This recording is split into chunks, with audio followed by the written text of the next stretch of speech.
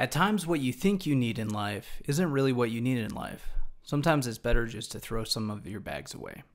Today, on the Combat Perspective.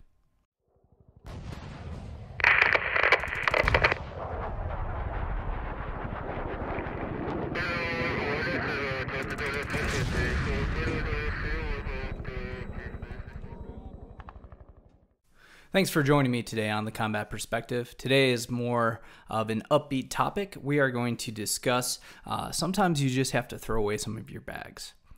I had the opportunity a couple years ago to talk on a Veterans Day service at my church, and while I was preparing for it, I was trying to think, what could I talk about that is both military related, spiritually related, and what everyone could hear, what everyone wants to hear and could take something from.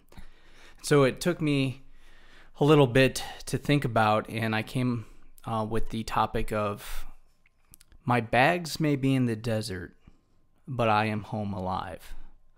That was the title of the message.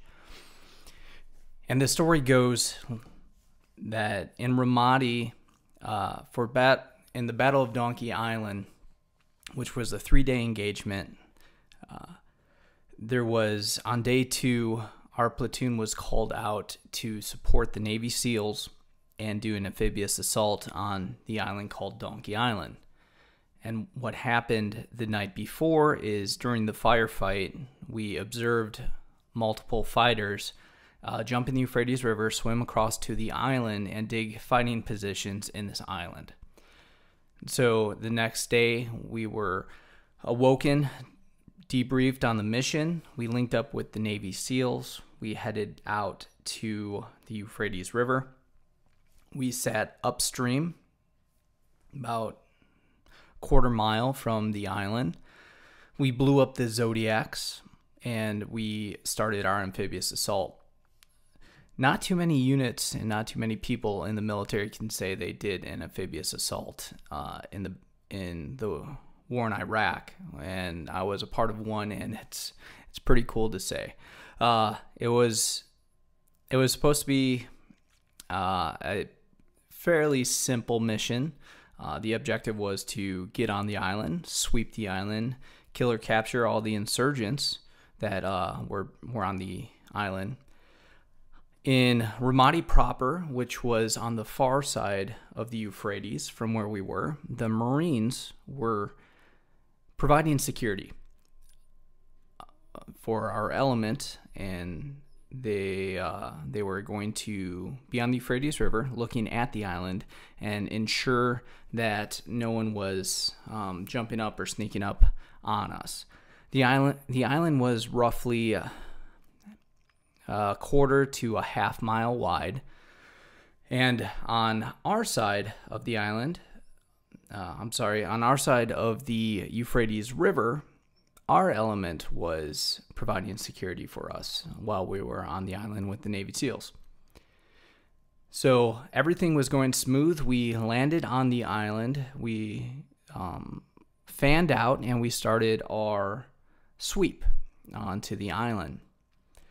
We did not know at the time that the last 36 hours during the engagement on our side of the Euphrates River, so not the Ramadi proper side where the Marines were, there were a few enemy combatants that were still alive, and they were hiding. Most of the enemy combatants were out in the open, laying out. It was obvious they were dead.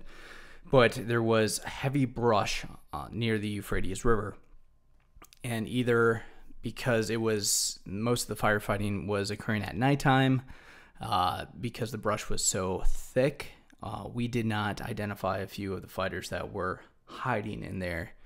And as soon as we started our push to start clearing the island, the enemy fighters engaged our outer cordon security. Unfortunately, we lost 2 soldiers that day because of that ambush on them. All the fighters were wearing suicide vests. I remember when the firefight started, turning my attention to where the enemy were engaging, and I thought a RPG smacked into one of the trucks. And I still remember the explosion, and I saw the gunner's M4 rifle that was more than likely in the gunner's turret, blowing and twirling through the air. And what I thought was an RPG was actually a suicide bomber running up to the vehicle and self-detonating. And so at the same time, they did have radios, so there was ICOM chatter. At the same time, the Marines on Ramadi proper identified the insurgents on the island, and they started engaging. So here's the scope of it. The enemy is shooting at our outer cordon. Any bullet not hitting the truck, personnel, anything was going past us on the island. We could not engage towards them. And I still remember the Navy SEALs looking at our platoon and saying, "Hey, Army, don't engage, don't shoot. That'll be friendly fire." And so we knew that at the time, but so we couldn't fire back. Behind us, the Marines see the enemy on the island, and they start engaging them. So all the bullets from the Marines that don't hit the ground or hit the insurgents are coming past us. And I still remember seeing grass moving, because it was tall brush grass on the island, the grass moving from bullets this way and that way going past us. But we couldn't do anything. We couldn't engage. So all we could do is get as low as we could, keep a low defilade, and wait for an opportune time to exfil. Prepping for the mission, we had to take a few necessary items. So everyone had an assault pack. We were assuming the mission was only going to take a couple hours. It was in June, and so it was hot. It was over 100 degrees right on the Euphrates, so it's very humid. And so in our bags, we had extra water bottles. Everyone was given like a stripped MRE. And we carried extra 240 Bravo ammo in our bag. And the younger soldiers like myself put extra garbage in there that we didn't need. So beef jerky, I always carried a notebook that had my wife's photo in it, and just miscellaneous things that by now I don't remember exactly what was in there, but I could guarantee you there was at least 10 to 15 pounds of things I really probably didn't need. As soon as we received the clearance to exfil, we had to run back to the Zodiacs and get ready to go. And once again, we see the grass moving this way and that way from the bullets. And I was thinking, I'm going to get shot. You know, there's probably not a high probability that I'm not going to get hit. And I came to the tough decision that in order for me to get back to the Zodiac as fast as I could not carry this 40-pound bag with me. So I went through my bag really quick right before we were getting ready to exfil, and we were bounding in teams. We had 2 Zodiacs, so we had 2 teams.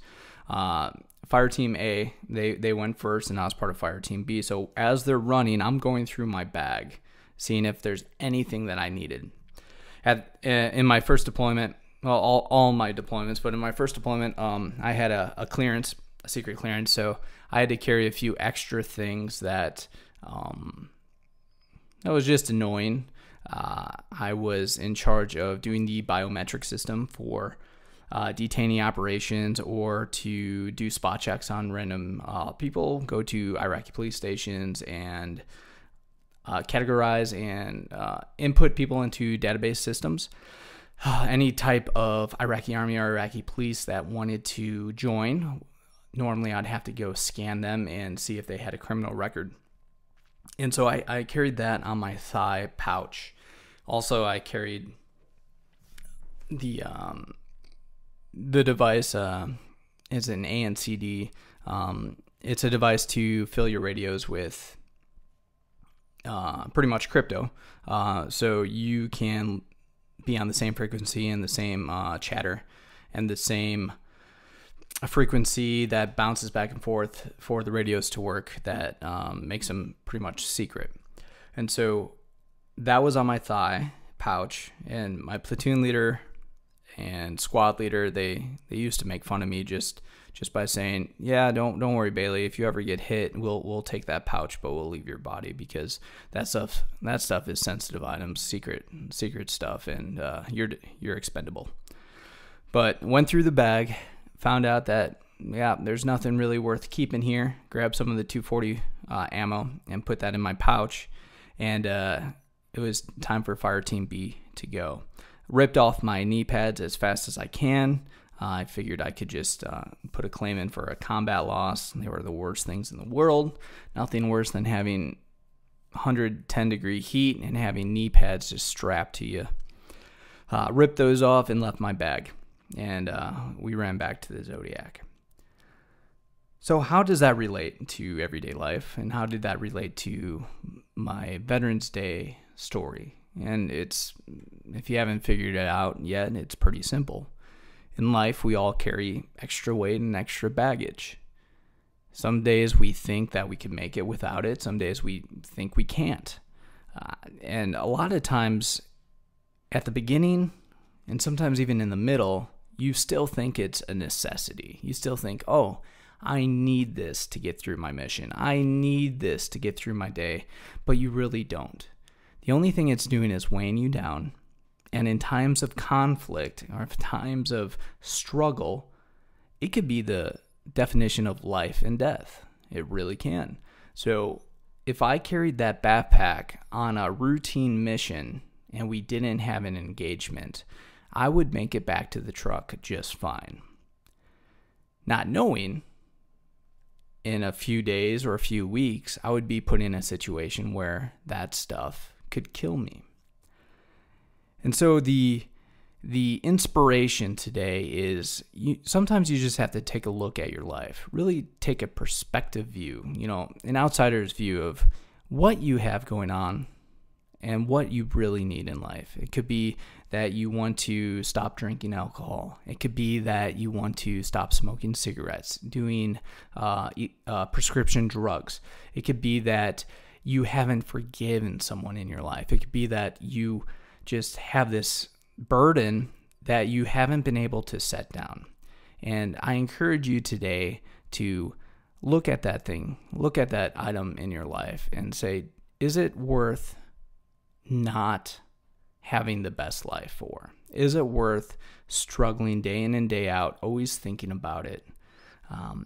I could tell you what, my wife appreciates that there were times that I couldn't always bring everything back that I took with me to a war zone, because going there with extra stuff, the luxuries of life seem nice, but at the end of the deployment, you just want to get home and you really don't care what you leave. As long as you have yourself and a few little knickknacks that mean a lot to you,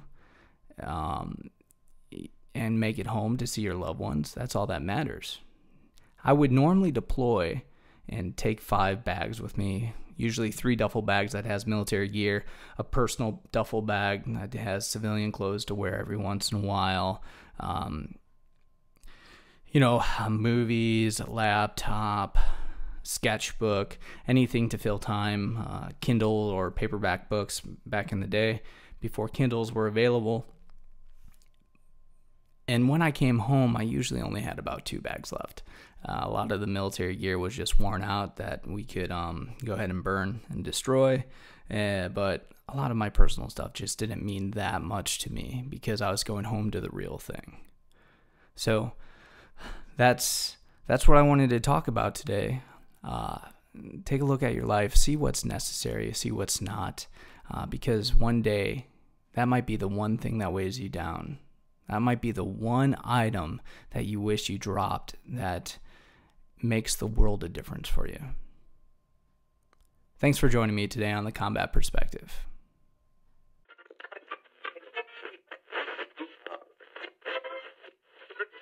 See it.